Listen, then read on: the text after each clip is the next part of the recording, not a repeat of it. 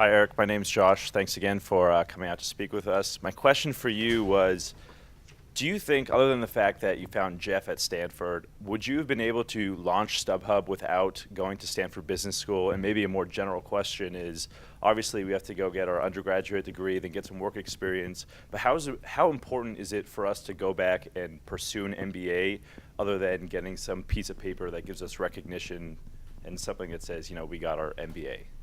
Yeah, no, I think, well, first of all, in terms of, I guess, the question, what's the value of an MBA, basically? I would think the only thing you get from an MBA, really, is you get contacts, so it's valuable to sort of the people you meet. I was able to go meet everyone on Sand Hill Road and sit down with Mike Moritz, because you're a student, as you guys know. I would encourage you, even as undergrads. You call someone up, you say you're a student, it's remarkable. The day you're not a student anymore, no one will talk to you. So that's one thing.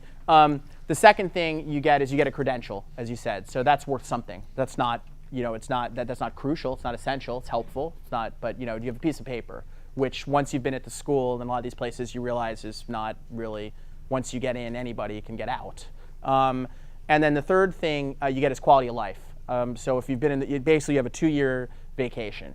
You don't have to do any work in business school, and you play golf, and you can start a business or play golf, or really. It's not like I presume if you go to medical school, they don't just graduate everyone, because that would really scare me. But graduating everyone who goes to a business school, what's the worst that's going to happen? Did I learn anything in business school? It was I had from practitioners, there was a course I took where there was a partner from Kleiner Perkins, Irv Grossback, who started Continental Cablevision. I think you learn a lot from listening to practitioners. Did I learn anything from what I would call their core curriculum, which is like go take basic economic theory from some guy who's never held a private sector job? I learned absolutely nothing, other than never to hire somebody who's never had a job and lives in Fantasyland.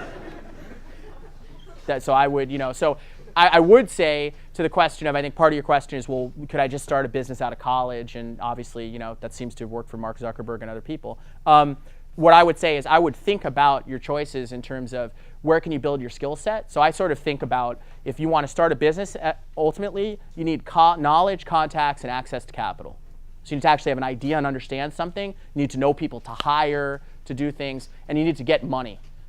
So I saw the MBA as helping me along those paths. It would help expose me to things. It would help build my contact base. It would help me raise money. I would, though, as you can tell, wholeheartedly tell you that if you think you're going to learn some nugget in the classroom, I'll give you the example they used to at Stanford. I'll keep the names out to protect the innocent. But they had some economic course that was like, so ridiculous. Has no, it literally, it's asinine. But you'd get people there and they'd be like, well, this guy's, he might win a Nobel Prize in economics. I'm like, they might have someone who's going to win a Nobel Prize in physics, but I don't want to meet him either. It's not going to help me. So so that probably I'd be on the same page in terms of the academic learning with you, but maybe that gives you some sense of where you might get some benefit from an MBA. But it's by no means essential.